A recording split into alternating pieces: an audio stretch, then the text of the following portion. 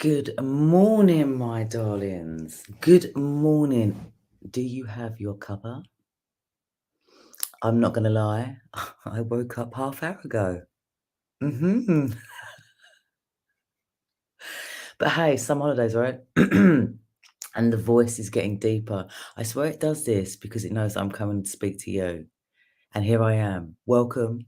Welcome to What the Feminine with me, Abby Adams, speaker, mentor, founder of Project Woman, and emotionally obsessed with feeling greater. I can't tell you how fascinating emotions allow me to feel because throughout all of these years, I realized that they're not the enemy and that they can lead to the most amazing conversations and communication using everything of you instead of just this. Because it's only a small part, isn't it? But I'm here with you because what the feminine, what is this? Well, I want to sit down and chew the cud with you because I'll be honest with you, I don't have all the answers. I don't know anything.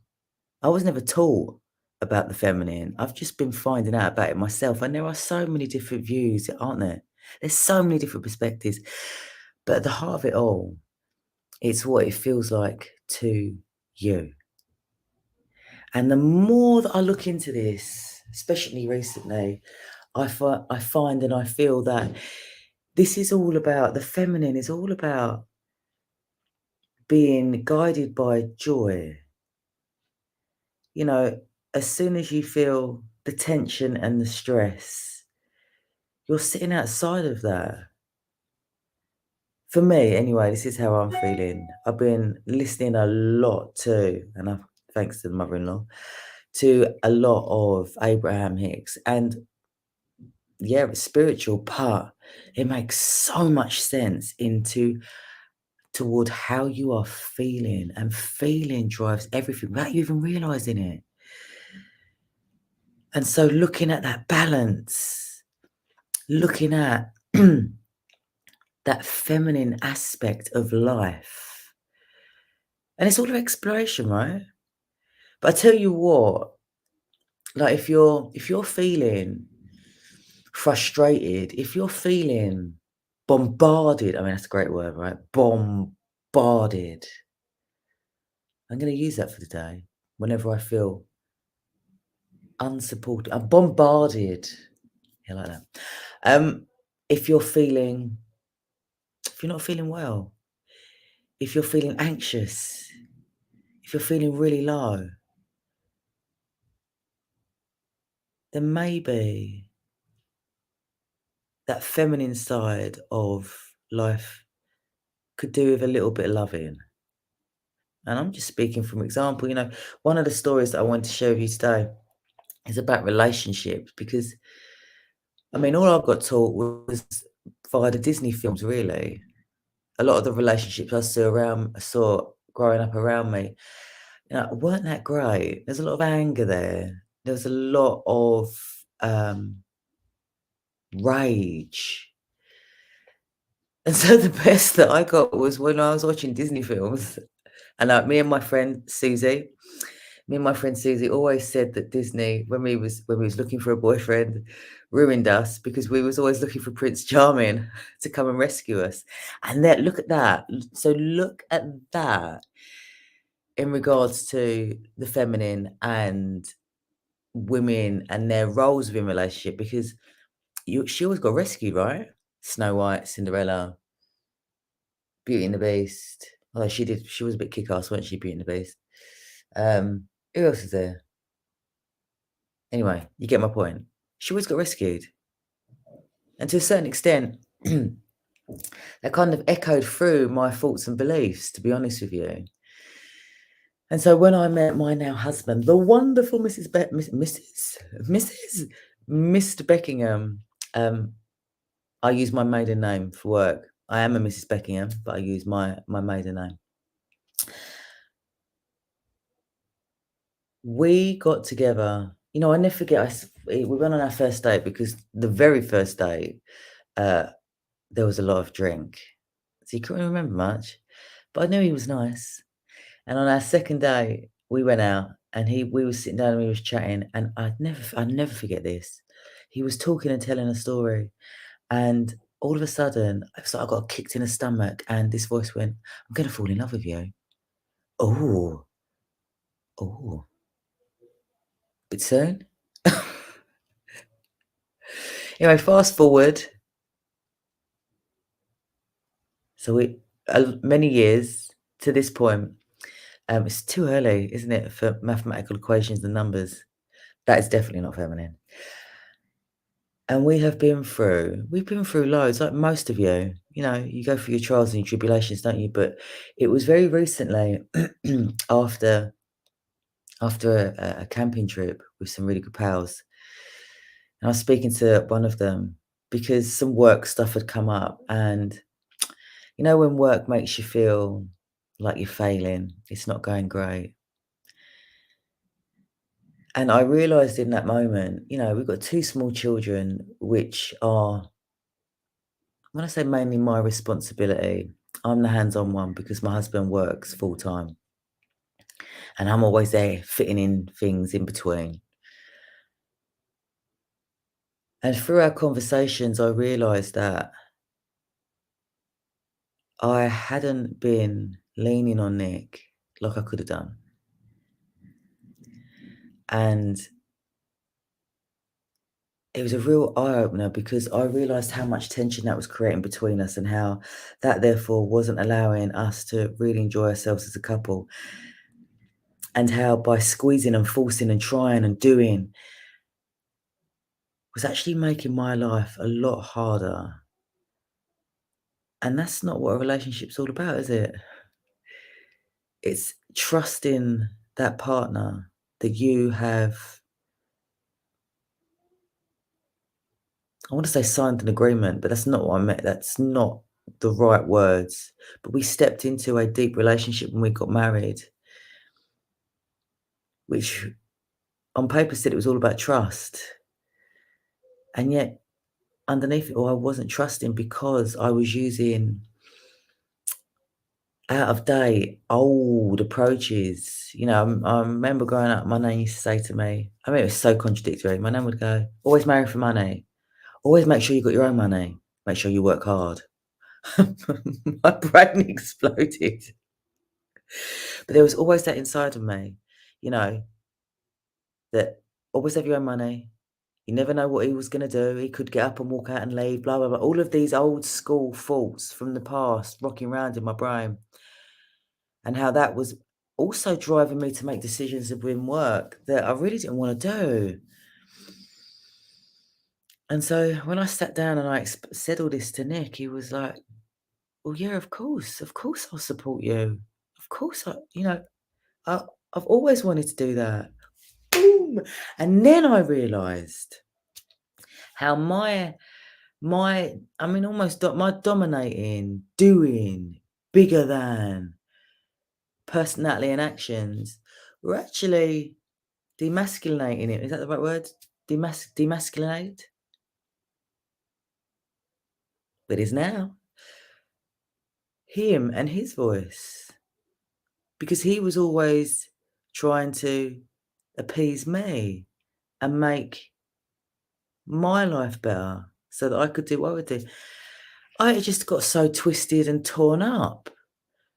But just by having that conversation and realizing that I can choose at this point to take my foot off the pedal, to really tune into what is it that makes me happy? What is it that makes me want to do what I want to do? Hang on, we've got a little person coming in. Hi, Oz.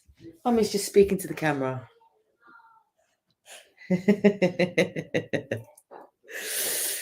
And this brings me on to, you know, it's phenomenal how when you start talking and focusing on things, how things just naturally gravitate to you. So I was sitting in the gym with another gorgeous woman, and she was talking to me. She had she has a child, same age as Autumn. And, you know, she was struggling. She was struggling with time. Everything seemed such a rush, and she didn't want that. But her words were, she couldn't give up 5 hours a week because of the money.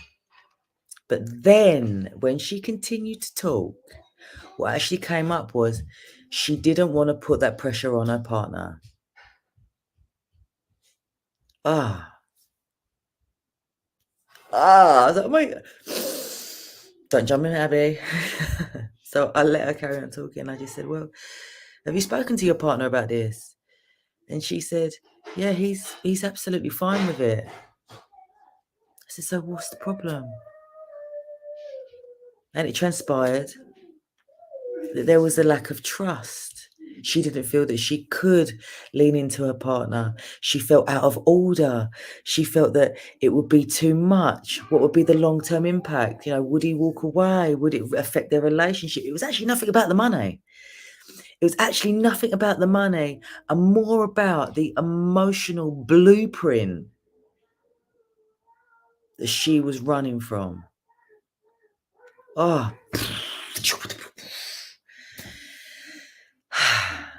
And I felt from that point, we was both laughing after.